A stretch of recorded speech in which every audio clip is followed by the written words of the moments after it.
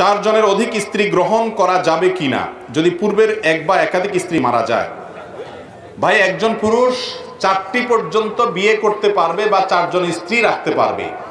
এর মানে হলো একসঙ্গে সর্বোচ্চ 4 জন স্ত্রী রাখতে পারবে। যদি কারণ এমন হয় যে তিনি 4 জন স্ত্রী রেখেছেন, তার 4টা বিয়ে করেছেন তিনি, এরপর একজন মারা গেছেন, তাহলে কোটা একটা খালি হলো, আবার একটা বিয়ে করেছে, তাহলে তার বিয়ে হয়েছে গড়ে 5টা। বিয়ে হয়েছে গড়ে কয়টা?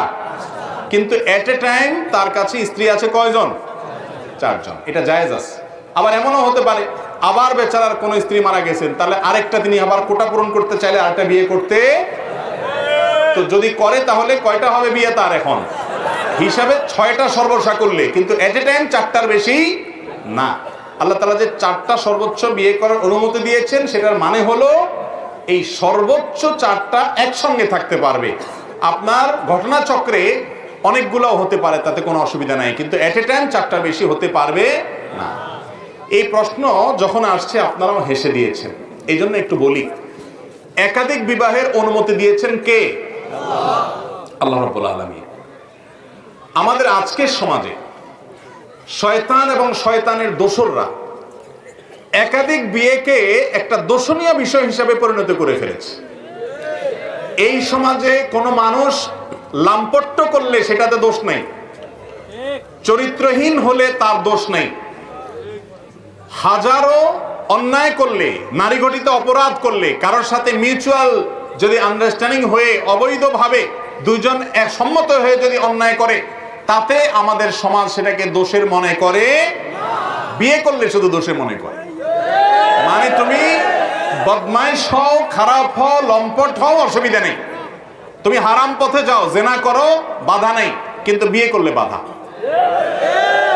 ভাই, একটা কথা ভালো করে শুনে রাখেন, আমি বলছি না যে আপনি একাধিক বিয়ে করেন, করতেই হবে আপনাকে। বিশেষ করে আপনি যদি একাধিক বিয়ে করার পর একাধিক স্ত্রীর প্রতি ইনসাফ করা, সমতা বজায় রাখার ক্ষমতা যদি আপনার না থাকে, তাহলে আপনার জন্য একাধিক বিয়ে করাই জায়েজ নাই। আল্লাহ তাআলা কোরআনে কারীমে বলেছেন, ফাইন খিফতুম আল্লা তাআদিলু ফাওয়াহিদা। একাধিক বিয়ে করার পর তোমার স্ত্রীদের মধ্যে সমতা বজায় রাখা, এটা কঠিন একটা কাজ। এটা যদি তুমি পারবে কিনা তোমার নিজের প্রতি নিজের ভরসা না হয়, একজনের দিকে টান বেশি হয়ে অন্যজনের প্রতি জুলুম করবা, তার হক নষ্ট করবা, এরকম আশঙ্কা যদি থাকে, তাহলে তুমি একটা করবা, তোমার জন্য একাধিক করা জায়েজ নাই।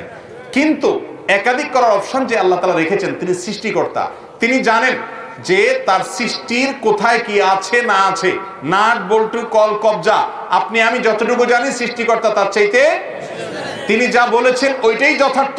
পৃথিবীর মানুষ এখন বুঝুক আর 200 বছর পরে বসুক, বুঝতে বাধ্য আল্লাহর নির্দেশ এটা কখনো অযৌক্তিক অযথার্থ হতে পারে না। মনে রাখবেন, ইসলাম বিদ্বেষী নাস্তিকরা এবং শয়তানের দোসররা, মানুষ রূপী স্বরূপী শয়তানরা একাধিক বিয়ের এই বিষয়টাকে দোষী এবং অন্যায়ের কাজ হিসাবে সাব্যস্ত এই জন্যই করতে চায় যে আল্লাহ নবী সাল্লাল্লাহু আলাইহি সাল্লামের একাধিক স্ত্রী ছিলেন। যদি এটাকে দোষারোপ করা যায়, কালিমা লাগাই দেওয়া যায়, তার নবী সাল্লাল্লাহু আলাইহি সাল্লামের চরিত্রে কালিমা দেওয়া যাবে, এটাই হলো তাদের উদ্দেশ্য। আপনি মুসলমান, আপনাকে কোরআন বলছে না আপনি 2টা বিয়ে করেন, করতে হবে, হাদিস বলছেন আপনি করেন, এটা আপনার জন্য করলে বেশি সওয়াব হবে, এরকম কথা কোন হাদিস বলছে না। আপনি বরং আজকের যুগে দেখেন, যারা একাধিক বিয়ে করে, বেশিরভাগ মানুষই স্ত্রীদের মধ্যে সমতা বজায় রাখতে পারে না। যারা পারে না তাদের জন্য অনুমতি নাই ইসলামে। কিন্তু মনে রাখবেন, আল্লাহ তাআলা কেন রেখেছেন, একই সুযোগ আল্লাহ তাআলা মেয়েদের জন্য কেন রাখেন না, এই বিষয়ে বহু আলোচনা আছে। বিশেষ করে ডক্টর জাকির নায়েকের অসাধারণ কিছু আপনার আলোচনা আছে এই প্রসঙ্গে, সেগুলো শুনে নিতে পারেন এবং সেগুলোকে অস্বীকার করার মতো ক্ষমতা কোনো বিবেকবান, ন্যূনতম বিবেক বুদ্ধি আছে এরকম মানুষের দ্বারা সম্ভব না। তো যাই হোক, যেটা বলছিলাম যে একাধিক বিয়ের প্রতি আমাদের অনেক মুসলমানরাও আজকাল বীতশ্রদ্ধ। অনেক মহিলা আছে বলে ইসলামের সব ভালো লাগে আমার, কিন্তু একজন স্বামীর একাধিক স্ত্রী থাকতে পারবে, এটা আমার ভালো লাগে না। এই কথা যদি কেউ বলে যেটা আমি পছন্দ করি না, তাহলে আল্লাহর প্রতি সে ঈমান আনলো না, কুফরি করলো, সাথে সাথে বেঈমান হয়ে গেল। আপনার সব কিছু ভালো লাগবে তা কিভাবে আপনি আশা করেন? আল্লাহর পক্ষ থেকে আপনার জন্য পরীক্ষাও তো অনেক কিছু আছে। আপনার সব মন মতো সুবিধা মতো যদি হয়, তাহলে আপনি কিসের দাসত্ব করলেন, কিসের গোলামি করলেন? আপনি তো আল্লাহর গোলামি হতে পারলেন। ভাইরা আমার, এগুলো আল্লাহর তরফ থেকে পরীক্ষা। কিয়ামতের আগে ইসলামের অনেক গুরুত্বপূর্ণ বিধানের উপরে কালিমা লাগানোর চেষ্টা করবে এরকম ইসলাম বিদ্বেষীরা কৌশলে, মুসলমানরা পর্যন্ত সেটাকে খারাপ মনে করবে।